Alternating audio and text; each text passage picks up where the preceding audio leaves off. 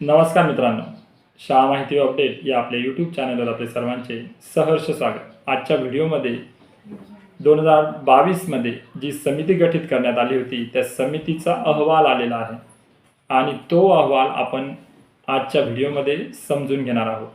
अहवाल खूप मोठा आहे आणि त्यासाठी व्हिडिओ खूप मोठा होऊ शकतो, तर आपण हा व्हिडिओ 2 भागात करूया।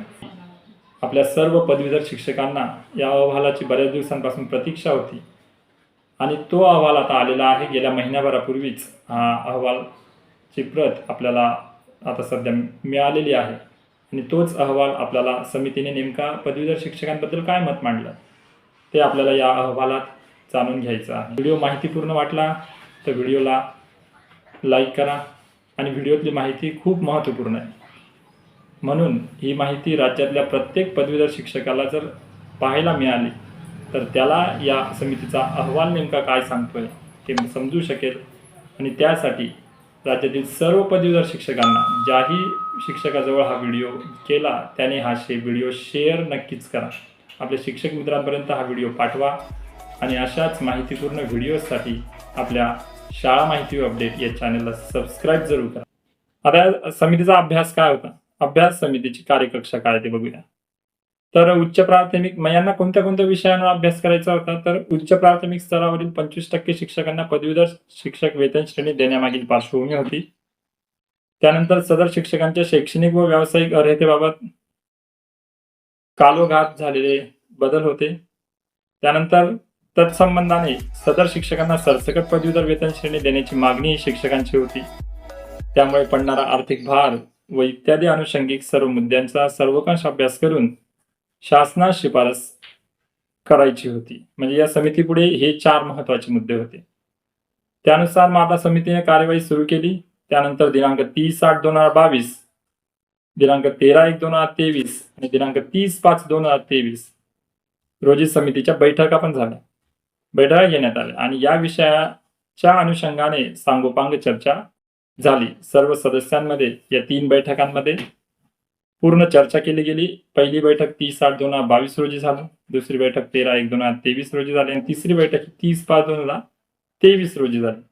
तर अशा पद्धतीने या 3 बैठकांमध्ये या सर्व आयुक्त, शिक्षण तसेच सर्व सदस्य यांच्यामध्ये सविस्तर चर्चा झाली आणि कशा पद्धतीने या प्रश्नावर तोडगा निघू शकतो यावर सविस्तर चर्चा केल्यानंतर मग समितीचे कामकाज कसे झाले, तर विषय क्रमांक 1, पहिला विषय काय होता, तर उच्च प्राथमिक स्तरावरील 25% शिक्षकांना पदवीधर वेतन श्रेणी देण्यामागची पार्श्वभूमी होती। शासन निर्णय दिनांक 14/11/1979 मधील तरतुदीनुसार तत्कालीन इयत्ता 5वी ते 7वी या गटाकरता निर्धारित केलेल्या शिक्षकांच्या 1/4 म्हणजेच 25% पदावर पदवीधर प्राथमिक शिक्षकांची नियुक्ती केली जात असे व उर्वरित 75% पदावर प्रशिक्षित अपदवीधर शिक्षकाची नियुक्ती केली जात असे। दिनांक 14/11/1979 च्या शासन निर्णयाद्वारे माध्यमिक शाळांना जोडलेले इयत्ता 5वी ते 7वीचे वर्ग व स्थानिक स्वराज्य संस्थांनी चालवलेल्या प्राथमिक शाळांना जोडलेले इयत्ता 5वी ते 7वीचे वर्ग यांना प्रत्येकी मिळणारा शिक्षक वर्ग व इतर सुविधा यामधील तत्कालीन तफावत दूर करण्यात आली। तर मग आपण जर बघितलं तर यामध्ये आपल्याला दिलेला आहे की पहिले जो स्लॅब होता 5वी ते 7वी असा होता, जसा आता 6 ते 8 आहे। तर सुरुवातीला हा जो टप्पा होता हा 5वी ते 7वी होता। मग 1979 शासन निर्णयानुसार काही शिक्षक म्हणजे 1/4 शिक्षक हे पदवीधर आणि उरलेले अपदवीधर, प्रशिक्षित अपदवीधर असे नेमण्यात आले होते। म्हणजेच एका शिक्षकालाही त्या 79च्या नियमानुसार ही वेतन श्रेणी दिली जात होती आणि उर्वरित शिक्षकांना ते अपदवीधर असल्यामुळे त्यांना ती वेतन श्रेणी दिली जात नव्हती। इयत्ता 5वी ते 7वीच्या वर्गाकरता 25% पदावर नियुक्त पदवीधर शिक्षकाने गणित, विज्ञान व इंग्रजी हे 2 कठीण समजले जाणारे विषय शिकवणे अपेक्षित होते व त्यानुसार प्रामुख्याने 25% प्राथमिक पदवीधर पदावर गणित, विज्ञान व इंग्रजी हे विषय घेऊन पदवी प्राप्त शिक्षकाची नियुक्ती होणे अपेक्षित होते। म्हणजेच तत्कालीन परिस्थितीत इयत्ता 5वी ते 7वी या वर्गावर प्रतिवर्ग 1.3 शिक्षकास या प्रमाणात एकूण 3.9 शिक्षकांपैकी एक पदवीधर, म्हणजे जर 4 शिक्षक हे त्या स्लॅबवर अपॉइंटेड असतील तर त्यापैकी एका शिक्षकाला पदवीधर आणि उर्वरित 3 अपदवीधर होते. व त्यास मग त्यांना पदवीधर म्हणून कोणती, तर BA, BCom आणि BSc व त्यासोबतच प्रशिक्षित D.Ed असणे व 3 शिक्षक केवळ प्रशिक्षित D.Ed असणे अशी शिक्षकांची पदनिहाय शैक्षणिक अर्हता निश्चित करण्यात आली होती. सदर 25% पदावर शिकवणारे पदवीधर शिक्षक कठीण विषयाचे शिक्षण देत असल्यामुळे व त्यांची अर्हता वरिष्ठ असल्यामुळे त्यांना वरिष्ठ वेतन श्रेणी देण्यात येत होती. बघा, जसा आता 6 ते 8चा विषय आहे, त्यावेळेस तसा 5वी ते 7वीचा विषय होता. त्या ठिकाणी जर 4 शिक्षकाची नियुक्ती होत असेल तर 4 पैकी एक शिक्षक हा त्याच्याकडे BA, BCom किंवा BSc आणि प्लस D.Ed अशी पदवी असेल तर त्याला त्यावेळेस फक्त त्या एकट्यालाच वेतन श्रेणी देण्यात होते आणि उर्वरित जे होते ते फक्त HSC D.Ed होते, म्हणजे 12वी आणि D.Ed. तर त्यांना ही प्राथमिक शिक्षकाची वेतन श्रेणी ही त्यावेळेस अशा पद्धतीने या नियमानुसार देण्यात येत होती. तर हा पहिला विषय होता. यानंतर विषय क्रमांक 2 होता शिक्षकांच्या शैक्षणिक व व्यावसायिक अर्हतेबाबत झालेले बदल. आता इयत्ता 5वी ते 7वी वर नियुक्त करावयाच्या शिक्षकांच्या शैक्षणिक व व्यावसायिक अर्हतेबाबत कालोघात झालेले बदल काय होते ते बघूया.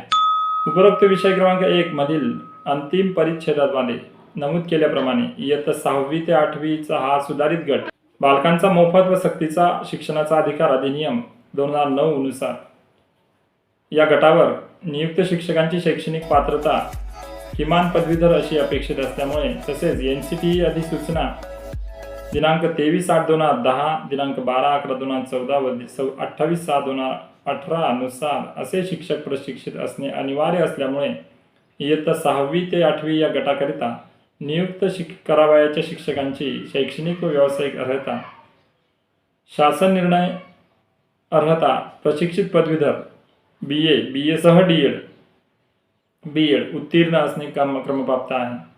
त्यानुसार राज्य शासनाने शासन निर्णय दिनांक 25/9/2019 व अन्वये इयत्ता 6वी ते 8वी हा स्वतंत्र गट गृहीत धरून या शासन निर्णयातील परिशिष्ट ब नुसार शिक्षकांच्या शैक्षणिक व्यावसायिक अर्हता निश्चित केलेल्या आहेत.